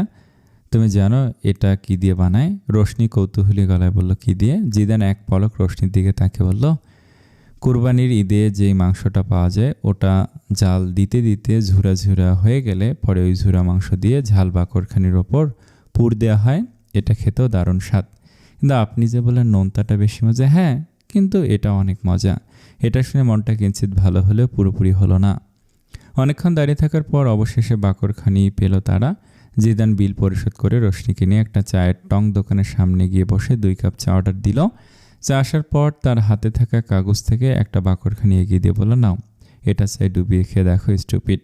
ওটা তো আপনার জন্য অর্ডার দিয়েছিলেন। 3টা অর্ডার দিয়েছিলাম, 2টা আমার, একটা তোমার। কিন্তু আমি ঝালটা সহ এটা কিভাবে খাবো? জিদান ফুস করে শ্বাস ফেলে রোশনির হাতে থাকা কাগজটা একটা বাকরখানি নিয়ে তাতে কামড় দিতে দিতে বলল, ইকুয়াল ইকুয়াল। এবার রোশনিও জিদানের বাড়িয়ে দেয়া বাকরখানি নিয়ে চায় ডুবিয়ে মুখে দিল। আসলে এটার স্বাদ অতুলনীয়। মুসমুসে বাকরখানিটা চায় ডুবিয়ে খেতে বেশ ভালো লাগছে রোশনির। বাকরখানি খাওয়ার পর জিদান বাইক নিয়ে যাচ্ছে শাঁখারি বাজারের দিকে। রোশনি অবাক চোখে পুরান ঢাকার ব্যস্ততা দেখছে। থেমে থেমে গাড়ির হর্নের আওয়াজ, মানুষের কোলাহল, রাস্তার জ্যাম, সব কিছু রোশনির কাছ থেকে কেন যেন অনেক বেশি ভালো লাগছে। রোশনি মৃদু হেসে আশেপাশে দেখছে। তখনই তার কানে ভেসে এলো কিছু গানের লাইন, যা হয়তো আশেপাশের কোনো দোকান থেকে ভেসে আসছে। মন তোর অলিতে গলিতে ঘরে আর কুড়ে অভিমান, এই মন তোর আকাশে বাতাসে খেলে গায় ঘুম পাড়ানোর গান। মন তোর অলিতে গলিতে ঘরে আর কুড়ে অভিমান, এই মন তোর আকাশে বাতাসে খেলে গায়ে ঘুম পাড়ানোর গান। মেঘলা হয়ে যাক আরও 5টা 12 মাস, কোনো বিকেল বেলাতে তুই আমার হয়ে যাস। বাইক ধীরে ধীরে জ্যাম ঠেলে এগোচ্ছে, দ্রুত যাওয়ার উপায় নেই। রোশনির চারপাশটা অদ্ভুতভাবে রঙিন লাগছে। হুট করে তার কাছে সব কিছু ভীষণ ভালো লাগছে।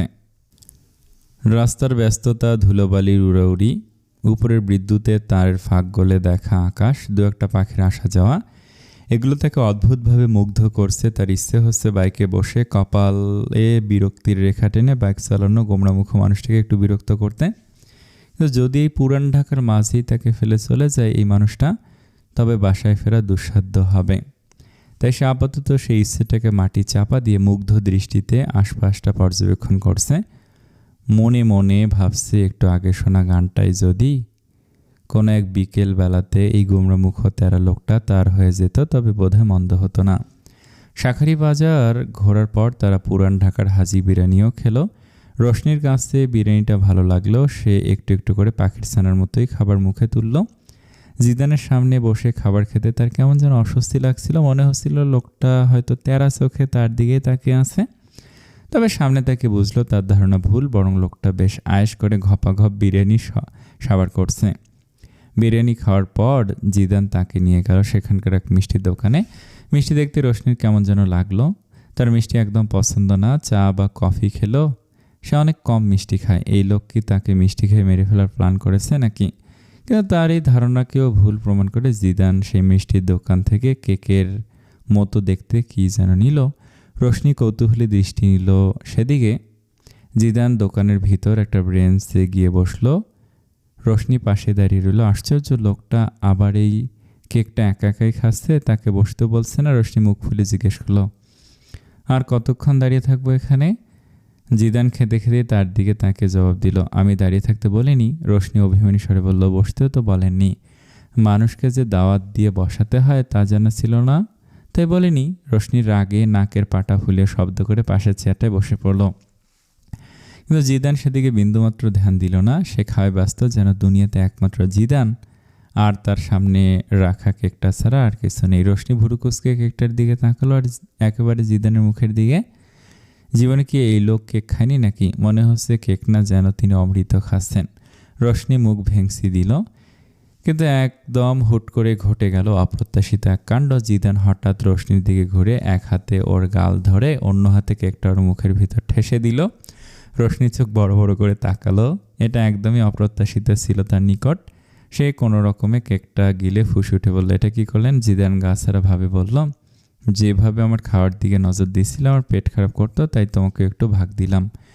রোশনি ভ্রুকুটি করে বলল, আপনার খাওয়ার দিকে কখন নজর দিলাম? খেয়ার কাজ নেই তো আমার, সামান্য কেকের দিকে নজর দিব। জিদান রোশনির দিকে তির্যক দৃষ্টি ফেলে বলল, হোয়াট? সামান্য কেক কাকে বলছো তুমি? সাধে কি আমি তোমাকে স্টুপিড বলি? মিষ্টি কেককে বলো ব্রেনলেস গার্ল। রোশনি এক হাতে চশমা ঠিক করে কোমরে দুই হাত রেখে বলল, আপনি অন্ধ? সিরিয়াসলি কেককে মিষ্টিকে বলে? জিদান এবার শব্দ করে হেসে উঠে। রোশনি হাঁ করে তাকিয়ে থাকে। এই প্রথম এই মানবকে এমনতর হাসতে দেখল সে। জিদান কোনো রকম হাসি থেমে বলল, অন্ধকে তা দেখাই যাচ্ছে, চশমা কার চোখে আছে তাও দেখা যাচ্ছে। পুরান ঢাকাবাসীকে জিজ্ঞেস করবে, আফলাতুন কি আসলে এটার পরিচয় পেয়ে যাবে। রোশনি অপমানিত বোধ করল। সে একটু চশমা পরে দেখে লোকটা তাকে অন্ধ বলল। তবুও কৌতূহলী জিজ্ঞেস করল, আমি কোনো পুরান ঢাকাবাসীকে চিনি না। আপনাকে চিনি, আপনি নিয়ে এসেছেন এখানে, আপনি বলুন আফলাতুন কি? এমন উত্তর শুনে জিদান থমকালো ক্ষণিকের জন্য। এরপর এক হাত দিয়ে রোশনির মাথায় টোকা দিয়ে বলল, স্টুপিড গার্ল, তোমার সামনে যেটা দেখতে পাচ্ছ এটা এখানকার ফেমাস সুইট, কোনো কেক টেক না। কেকের মতো দেখতে, তবে এটা এখানকার বিখ্যাত মিষ্টি আফলাতুন। খেয়ে দেখো, মিষ্টি হলো একদম কম মিষ্টি দিয়ে বানানো হয়, এটা অনেক টেস্টি। রোশনি আগ্রহ ভরে জিদানের প্লেট থেকে কেকের মতো দেখতে জিনিসটা একটু অংশ হাতে নিয়ে খেলো।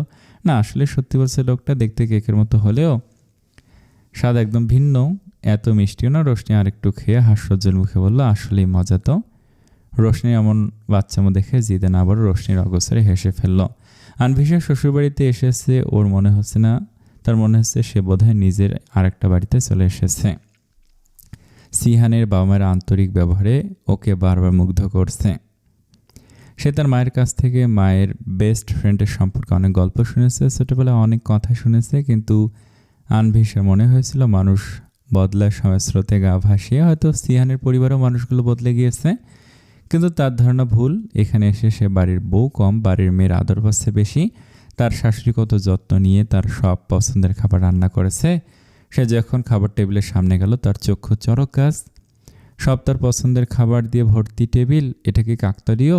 হুম, মোটেও তা মনে হচ্ছে না। আনভিশা প্রথম এসে একটু আনইজি ফিল করলো, এরপর সবার এত অমায়িক ব্যবহারে সেটা আর অনুভব হয়নি। আনভিশা নিজেই নিজেকে বলেছে তার ভাগ্য বোধ হয় সোনায় মোড়ানো, না হলে এমন শ্বশুরবাড়ির স্বামী কি সব মেয়ে পায়? নিঃসন্দেহে ভাগ্যবতীদের কপালিত জোটে।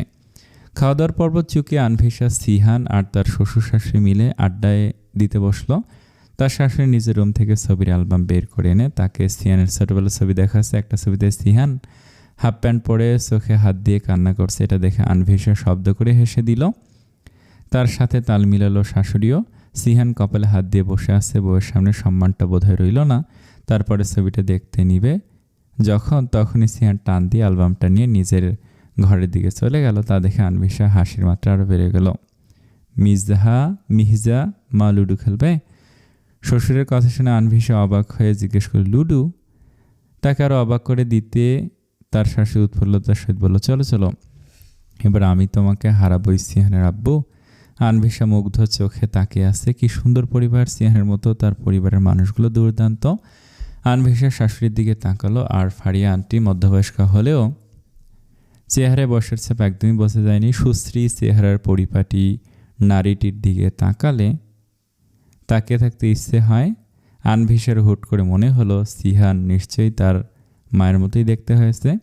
মা ছেলের চেহারা একদম এক মনে হচ্ছে। সিহানের কথা মনে হতে আনভিশার সিহানের প্রতি সম্মানটা বেড়ে গেল। সে আসার পর থেকে খেয়াল করেছে লোকটা বাইরে যেমনই হোক তার মা বাবাকে ভীষণ সম্মান করে। মা বাবার কাছে সে একদম ছোট্ট বাচ্চা। তার ভাবনার মাঝেই সিহান ঘর থেকে বেরিয়ে এলো।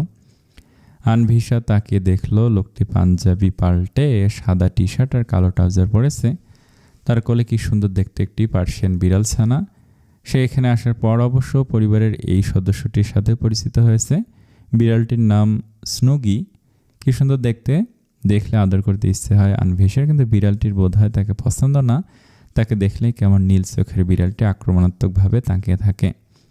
সিহান যদি তার পাশে এসে দাঁড়ায় তবে বিড়ালটি চোখ দিয়েই যেন তাকে শাসায় সিহানের থেকে দূরে থাকতে। বিড়ালটি বোধহয় তাকে হিংসে করে। নিজের এমন উদ্ভট ভাবনায় নিজেই হেসে দিল আনভিশা। সে শ্বশুরকে জিজ্ঞেস করল, উনি খেলবেন না বাবা? অবশ্যই, তোমরা মেয়ে এক দলে, আমি আমার ছেলে এক দলে। সিহানও ততক্ষণে সোফায় বাবার পাশে আসন পেতে বসেছে। স্নুগি কোল থেকে নামছেই না, তাকে নামাতে চাইলেও খামসি দিচ্ছে সিহানকে। অগত্যা বিড়াল ছানাটিকে কোলে নিয়ে সিহান লুডো খেলায় অংশ নিল। প্রথম দানে মিসেস ফারিয়ার 6 উঠে গেল। তিনি খুশিতে ছোট বাচ্চার মতো হেসে তার স্বামী মহাশয়কে ভেংসি দিলেন। এরপর ভাগ্যক্রমে আনভিশারও 6 উঠে গেল। খেলা বেশ জমজমাট হয়ে গেল। দুপক্ষই কেউ কাউকে ছাড় দেবে না, পণ করে খেলায় নেমেছে। একে একে 2টা 6 মেরে মিসেস ফারিয়া আগে জিতে গেলেন। এরপর সিহানের বাবা অর্থাৎ মিস্টার সিজানো জিতে গেলেন। বাকি রইল সিহান আর আনভিশা। সিহান কি তার বিবিজনকে হারতে দিতে পারে? মোটেও না। তাই আনভিশার গুটি বারবার খাওয়া পড়লেও সে অন্য দান চেলে এমন ভান করলো যেন সে আগে আনভিশার গোষ্ঠী দেখেনি। অথবা নিজে হেরে মা জননী অর্ধাঙ্গিনীকে শয়সে জিতিয়ে দিলে কিন্তু বাবাকে বুঝতে দিল না। বাবার সামনে এমন ভান করলো যেন এই লুডো খেলায় হেরে সে অনেক দুঃখ পেয়েছে। মিসেস ফারিয়া হেসে বললেন, দেখেছো সিহানের আব্বু, বলেছিলাম না তোমাকে হারাবোই। মিস্টার সিজান ভাব নিয়ে বলল, আমি জিতেছি আগেই, তোমরা তো হারিয়েছো সিহানকে। ফারিয়া ভেংসি কেটে বলল, নাচতে না জালে উঠোন বাঁকা। শ্বশুর শাশুড়ির খুনসুটিগুলো ভীষণ উপভোগ করছে আনভিশা। তাদের খুনসুটি দেখে আনভিশা হাসতে হাসতেই সিহানের চোখে চোখ পড়ল। লোকটা তার দিকে তাকিয়ে আছে। আনভিশা মুখে হাসি রেখে ভুরু উঁচিয়ে ইশারা জিজ্ঞেস করলো, কি? সিহানও বিপরীতে মিষ্টি হেসে মাথা নেড়ে না বুঝালো। আনভিশা আবার সিহানের কোলে থাকা স্নুগির দিকে তাকালো। বিড়াল ছানাটি রোষপূর্ণ দৃষ্টিতে তাকিয়ে আছে তার দিকে। আনভিশা সোফা সেরে উঠে এসে বলল, দিন তো স্নুগিকে একটু আমার কোলে। হাত বাড়ালো বিড়াল ছানাটিকে নেওয়ার উদ্দেশ্যে। বিপরীতে বিড়াল ছানাটি আনভিশাকে খামসি দিতে উদ্যত হলো।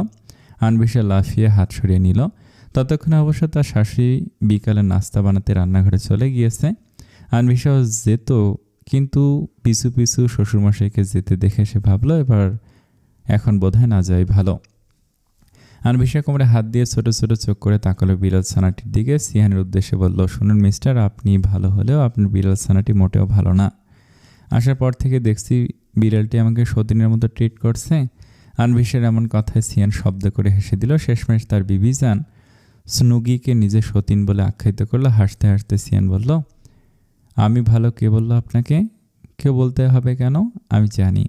সিহান স্নুগিকে একটু উপরে তুলে স্নুগির নাকে নাক ঘষে বলল, আপনি ভুল জানেন বিবিজান। আর স্নুগি একটু এমনইও সহজে কারোর সাথে মিশতে পারে না। আপনি যখন পার্মানেন্টলি এই বাড়িতে চলে আসবেন তখনও আপনার সাথে মিশে যাবে। আনভিশা দুহাত ভাঁজ করে বলল, কিন্তু আমি তখন মোটেও মিশব না এই দুষ্টু স্নুগির সাথে। সিহান ফের শব্দ করে হেসে বলল, দেখা যাবে। তখনই সেখানে উপস্থিত হলেন মিস্টার সিজান। দুঃখী দুঃখী মুখ করে সিহানের পাশে এসে বসল। বুঝলে সিহান, আমি কিন্তু বেশি কিছু চাইনি, শুধু একটু 2 চামচ চিনি দেওয়া চা চেয়েছিলাম তোমার আম্মুর কাছে, কিন্তু অভদ্র মহিলা এক করে উঠে ঝাড়ি দিল আমাকে। সিয়ান হেসে বাবাকে বলল, আপনার যে ডায়াবেটিস তা ভুলে গেলেন আব্বু? কীভাবে 2 চামচ চিনি দেওয়া চা চান? আরে এসব ডাক্তারের বানোয়ার রিপোর্ট, ভুল রিপোর্ট। আমার কোনো রোগ নেই। বেহুদা রোগের কথা বলে খালি আর আমাকে মিষ্টি খাওয়া থেকে বঞ্চিত করে। হ্যাঁ, ডাক্তারি ভুল, সব রিপোর্ট ভুল, কিন্তু আপনি মিষ্টি খাবেন না আব্বু। মিস্টার সিজন এবার আনভিশার দিকে তাকে দুঃখী দুঃখী মুখ করে বলল, বুঝলে মিহিজা মা, ঘরের শত্রু বিভীষণ। আমার ঘরে আমার 2টো শত্রু বাস, তারা আমাকে মিষ্টি খাওয়া থেকে বঞ্চিত করে। তুমি চা বানাতে পারো না? আনভিশা হেসে বলল, পারি। তাহলে আমার জন্য 2 চামচ চিনি দিয়ে একটু চা বানিয়ে আনো না। চা মিষ্টি না হলে সেই চা বিষের নেয়। আনভিশা ভাবনায় পড়ে গেল, কি করবে সে? ডায়াবেটিস শোনার পর কীভাবে সে শ্বশুরেরই আবদার রাখবে? খবরদার বিবিজান, আপনি আব্বুর কথা শুনবেন না। আচ্ছা, 1 চামচ চিনি দিন, তবে 2 চামচ দিবেন না। আনভিশা শ্বশুরের দিকে তাকিয়ে দেখলো তিনি মুখটাকে পাংশুটে করে বসে আছেন। আনভিশা আর না ভেবে রান্নাঘরের দিকে চলে গেল। আম্মু, কি বানাচ্ছ? শাশুড়িকে আনভিশা প্রথম আপনি করে ডাকলো, পরে শাশুড়ি ধমকে সেটা শুধরে নিয়েছে। সে নাকি ছোটোবেলায় তার ফাড়িয়া আন্টিকে তুমি সম্বোধন করত, এখন আপনি বলছে, মানে পর করে দিয়েছে। আরও কত অভিযোগ, এরপর ভুল সূত্রে এখন তুমি সম্বোধন করছে। মিসেস ফাড়িয়া হেসে বললেন, চিকেন পাকোড়া, স্প্রিং রোল। শুনেছি তোর খুব পছন্দ, তাই বানাচ্ছি, সাথে দুধ চা। আমিও বানাবো। শোনো মেয়ের কথা, যেখানে থাকি সেখানে তো রান্না করেই খেতে হয়। আজ না হয় মায়ের হাতের বানানো খাবার খেলি। আমি কিন্তু খারাপ রান্না করি না। আনভিশা এসে এক হাতে শাশুড়িকে জড়িয়ে ধরে বলল, আমি কিন্তু মোটেও বলিনি তুমি খারাপ রান্না করো। দুপুরে তোমার রান্না খেলাম তো, একবার খেলে মুখে সেই স্বাদ লেগে থাকার মতো রান্না। আমি ভাবলাম মামে একসাথে মিলে নাস্তা বানাতে বানাতে গল্প করি, তাতে তোমার হেল্পও হবে, কাজও আর গল্প করা হবে। হয়েছে, আর পাম দিতে হবে না। গল্প করার হলে এমনি করছি, তুই দাঁড়া, তোকে কাজ করতে হবে না। আনভিশা ঠোঁট উল্টে আবদারের স্বরে বলল, অন্তত চাটা আমি বানাই প্লিজ। চা কিন্তু আমি খারাপ বানাই না। মিসেস ফাড়িয়া হেসে দিয়ে বললেন, আমার কথা আমাকে ফেরত দেওয়া হচ্ছে, আচ্ছা বানাতে হবে। আনভিশা মিষ্টি হেসে চায়ের পানি বসালো। তারপর 2 শাশুড়ি বৌমা মিলে গল্প করতে করতে কাজ করতে লাগলো।